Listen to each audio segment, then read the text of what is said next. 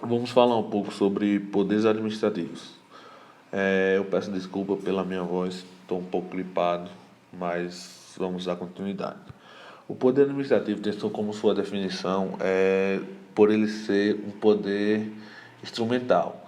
Ele é um poder instrumental da administração pública, pois esses poderes administrativos são os instrumentos utilizados pelo administrador para que se tenha a obtenção do bem coletivo. A definição que eu botei para vocês dos poderes administrativos é que os poderes administrativos são de natureza instrumental, isto é, surgem com um ordenamento jurídico para que o Estado possa preservar o interesse público, ou seja, da coletividade, atingindo sua satisfação. Portanto, os poderes administrativos são uma prerrogativa que ela possui para atingir sua finalidade pública. Assim, os poderes administrativos decorrem de uma supremacia do interesse público. Esses poderes públicos os poderes administrativos, são subdivididos em 6. São eles: o poder vinculado, poder discricionário, poder disciplinar, poder hierárquico, poder de polícia e poder normativo. O poder normativo também tem outro nome que logo veremos mais à frente. O poder vinculado é o poder é o poder que se confunde com o direito positivado, pois positivado clássico, pois no poder vinculado, o agente do ato não poderá fazer nada mais, nada menos do que está previsto na norma. Ele não vai poder exceder nem minimizar o seu trabalho. Ele deve cumprir exatamente o que está na norma.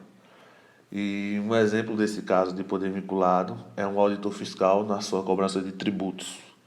A definição que eu botei para vocês aí é que o poder vinculado trata-se de um dever da administração pública de obedecer, desculpa, de obedecer à lei em sua situação concreta, em que ela possui esta opção. Só há um único comportamento possível, e ele é que é a lei que determina. O administrador não tem liberdade de atuação, apenas deve seguir o que a lei prescreve. Uma observação importante que eu botei para vocês aí é que o poder vinculado não é, na verdade, meramente uma prerrogativa. Então, tem algumas doutrinas, alguns artigos que ele também quase que não é incluso, pois o poder vinculado ele também se confunde como um poder de dever. Ele não parte nada mais nada menos do que uma obrigação, como eu já falei aqui, do agente em obedecer à lei. O próximo poder que iremos ver é o poder discricionário. O poder discricionário é o poder que concede à administração, na forma de modo implícito ou explícito, a prática de atos administrativos, com, com liberdade de escolha, sob a oportunidade, conteúdo e conveniência. A discricionariedade somente recorre de atribuição da lei. Em casos que sejam utilizados conceitos indeterminados, só poderá reconhecer a discricionariedade quando a lei autorizar. Não se deve confundir discricionariedade com arbítrio. No primeiro caso, a liberdade de ação administrativa, dentre os limites da lei, é em que é autorizado, legal e válido. No segundo caso, significa a ação que é contrária à lei e ela legitima e inválida. Daí, a discricionariedade ela é sempre relativa e parcial no que toca à competência, à forma e à finalidade do ato, em que sempre segue os modos da lei. Eu botei uma observação para vocês aí, é que é importante ressaltar em que todas as atividades administrativas encontram limites na legalidade, devendo tais prerrogativas ser praticadas nos limites impostos pela lei, sob pena de ser reconhecido a arbitrariedade e, consequentemente, a ilegalidade da administração, como eu acabei de falar aqui para vocês. O próximo poder que iremos tratar é normativo.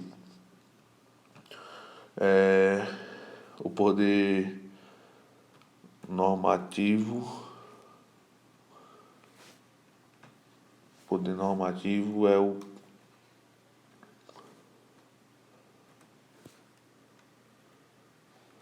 poder normativo é o que, através desse poder, a administração pode expedir atos normativos. Portanto, o poder que a administração pública tem para editar atos normativos e o poder normativo ou regulamentar os atos normativos que advêm do poder executivo. São os atos normativos, regulamentos, as instruções, as portarias, as resoluções, os regimentos, etc. Dependem de uma lei anterior para serem editados. Logo, o poder normativo é derivado da lei, do ato, do ato normativo originário.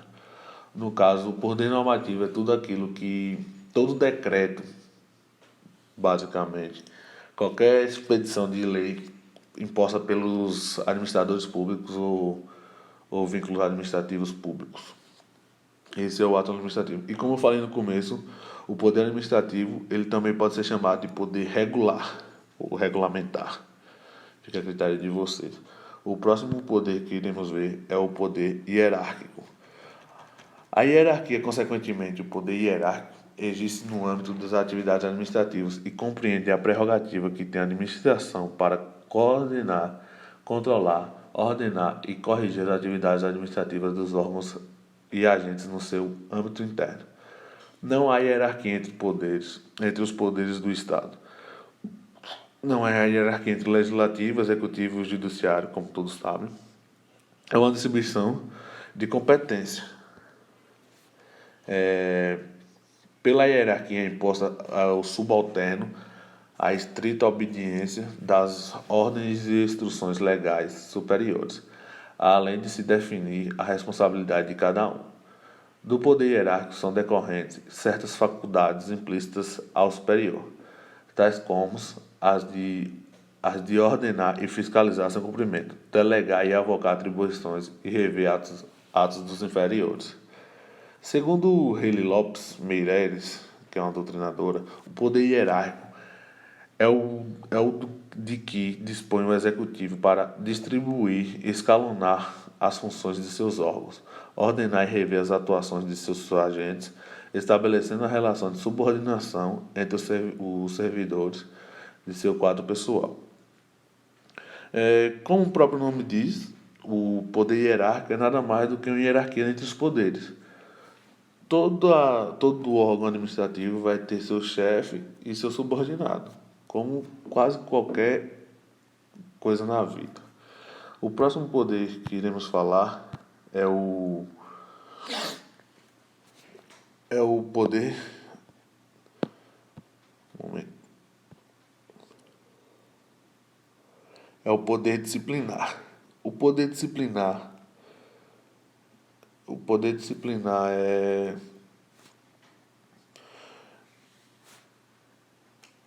o poder disciplinar pode ser entendido como a possibilidade de a administração aplicar sanções àqueles que estão submetidos à sua ordem administrativa interna e cometem infração.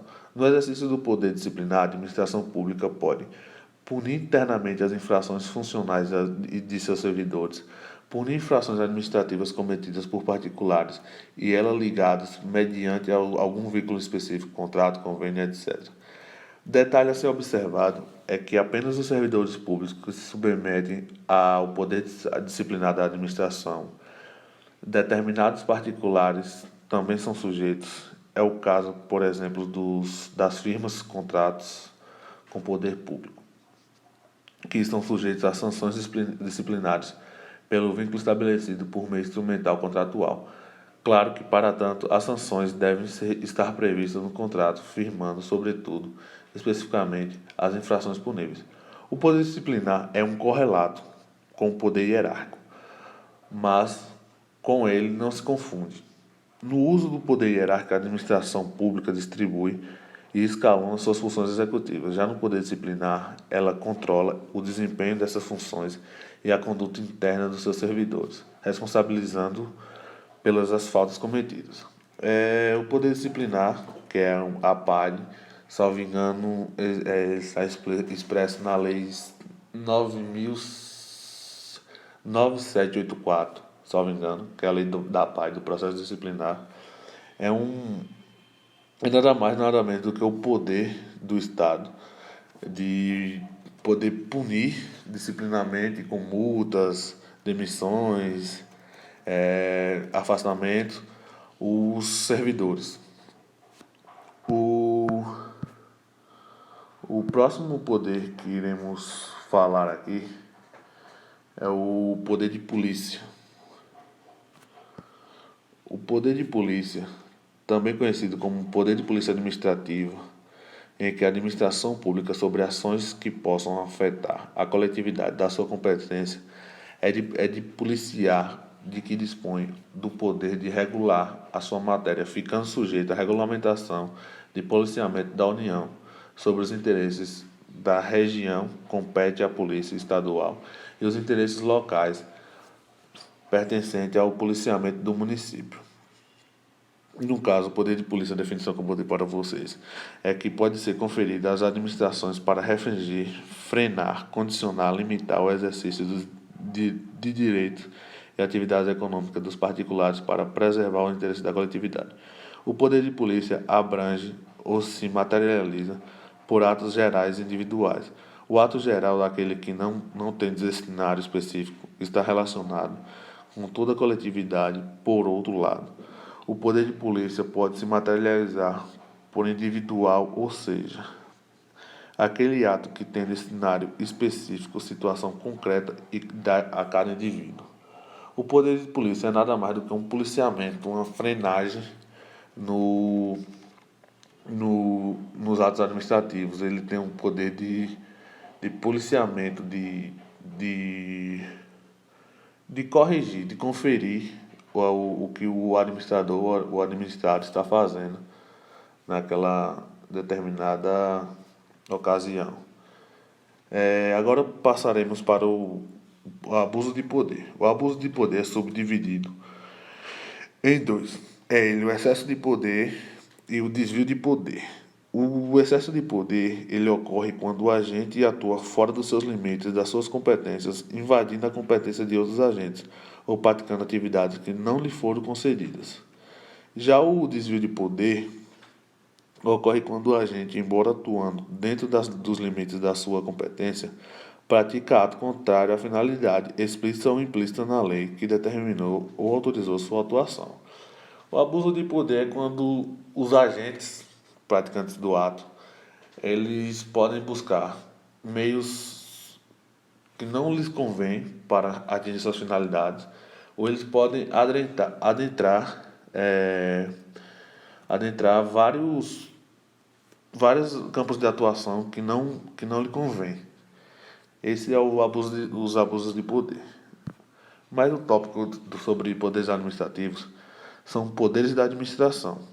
Muitas doutrinas não trazem isso, muitos artigos não trazem isso também, mas eu acho interessante botar. Eles são subdivididos em 4.